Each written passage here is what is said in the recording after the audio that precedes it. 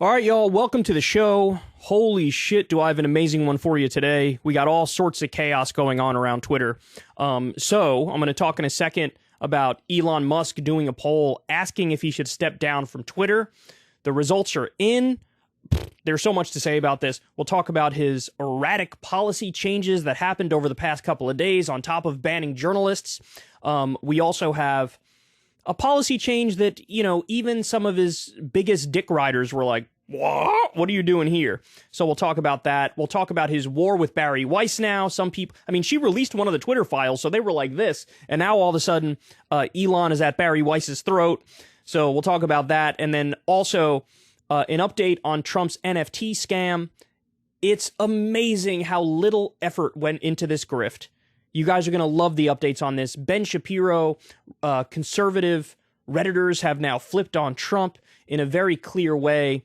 And the NDAA, the National Defense Authorization Act, has now passed the Senate. And nobody talks about, how much money it is, how much of an increase it is just, on a year-to-year basis. How are we going to pay for it? How are we going to afford it? And all the other just scandalous things around that. So I'm going to get into the specifics of that, and that'll be quite a segment. So anyway, without further ado, let's go ahead and jump right into it here. So Elon Musk comes out last night and says, "Should I step down as head of Twitter, I will abide by the results of this poll." And everybody can see here, the poll's finished. 57.5% say yes, step down, and only 42.5% say no, stay as CEO of Twitter. And this got a lot of votes, clearly. 17.5 million votes, 382,000 likes, 238,000 retweets, and of course the replies are just, people with every opinion under the sun. The Elon ball coddlers are in here. The people who despise Elon are in here. And again, this is right after Elon made a massive policy change. So here's the policy change he did yesterday, which was why not? I don't know if he could have done anything that is more embarrassing to himself than this policy change, right?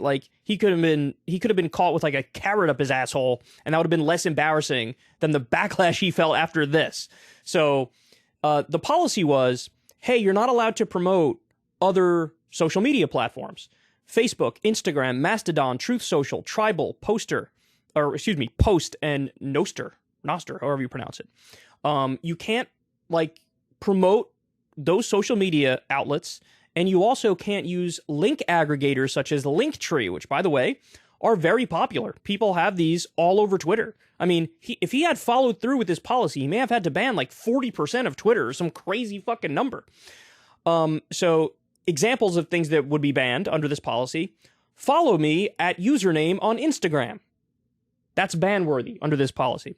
Username at mastodon.social. If you just post that, that's ban-worthy. Check out my profile on Facebook. This is all ban-worthy under this new policy. Now, why did Elon Musk do this? I think the answer is pretty straightforward. The reason Elon did this is because he probably witnessed himself a lot of accounts that are sort of rage-quitting Twitter because they don't like how Elon is running it, and they say, fuck it, I'm done with this place. You could find me at fill in the blank with whatever social media outlet they prefer. And it looks like Elon had a very triggered reaction to that and came up with this policy in a very scattershot way. He looks like he's surrounded by yes men and nobody, sort of pushed back on him. And so he announces this policy change, and then everybody's criticizing him. Now, at first, it seemed like a very hard and fast rule, like any sort of promotion of other accounts, you're done.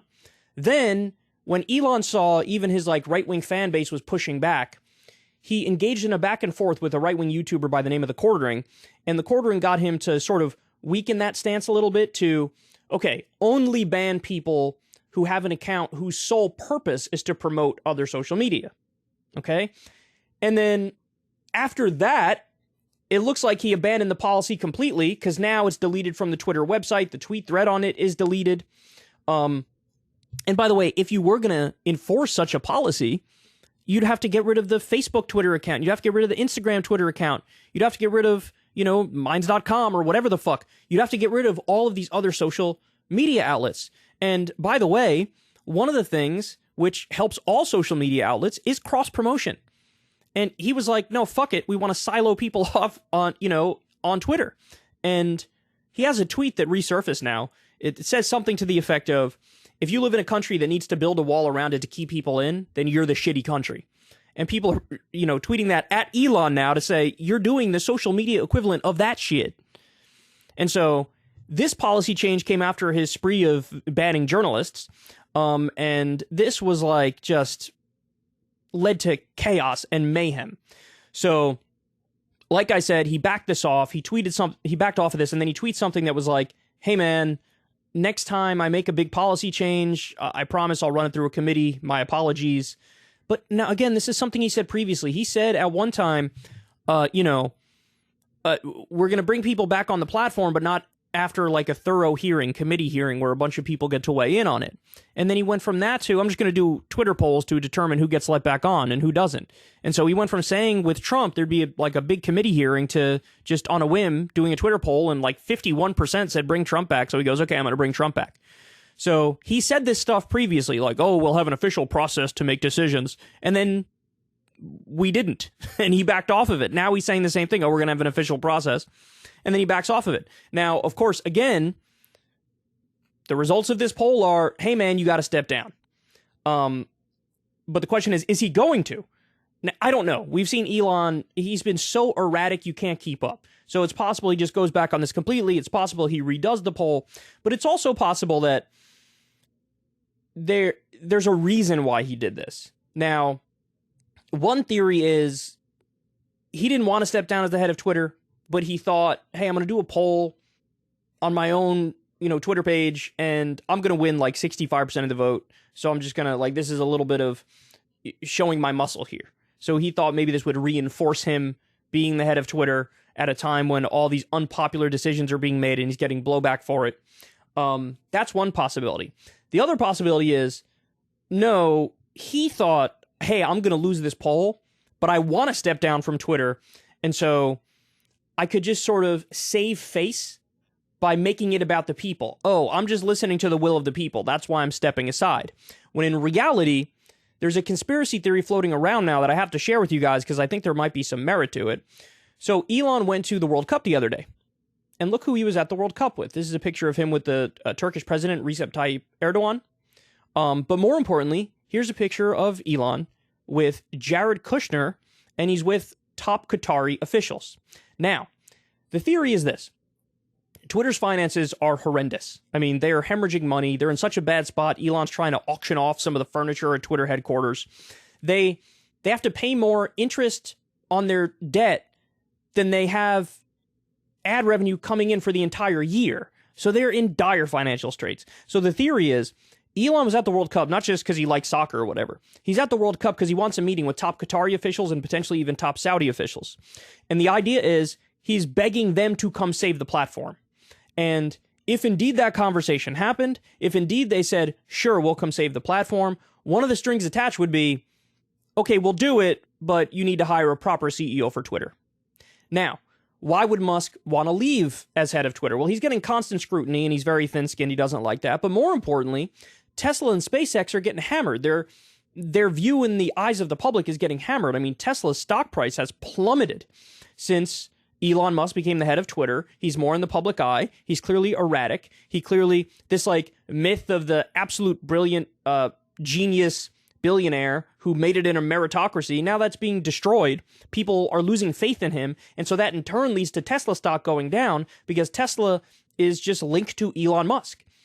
So that's possible as well. He was looking for the exit. He wanted some sort of face-saving thing to, make himself feel better about the horrendous decisions he made. And then he pulled the trigger on it. So I don't know. To me, that theory does sound plausible, but you need more evidence for it, right? And we'll see. Again, it's possible he just blows off the results of the poll and keeps being CEO. That's absolutely possible. It's also possible just the process of getting a new CEO or getting anybody who wants to deal with this business now takes another 2 years or 3 years or whatever the fuck.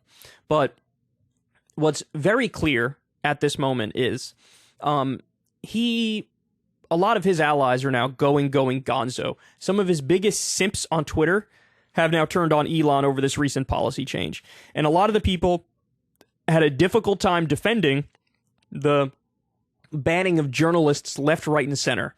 The banning of people from the Washington Post and the New York Times and Mashable and all these other, The Intercept, all these other high-profile outlets. There was a Fox Business reporter who was banned. So he's taken fire from every which direction. He's clearly not happy. He's clearly thin-skinned, and he could be looking for the exit, and this poll could have been a way for him to sort of save face on the way out the door, even though ultimately I don't even think it really achieves that, to be honest. I think no matter how you slice it or dice it, no matter how you look at this was sort of embarrassing for him every which way. But there you have it, and I'm sure I'm going to have more updates on this shortly.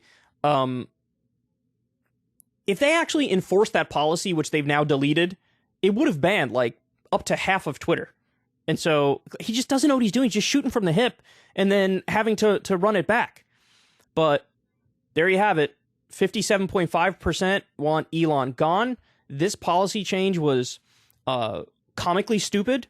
And it may be that Elon has found financing and he wants as far away from Twitter as possible to save his other companies. Hey, y'all, do me a favor and like and subscribe. It helps out big time in the algorithm. Click the bell as well for notifications when videos drop. And watch that video on screen right now. You know you want to.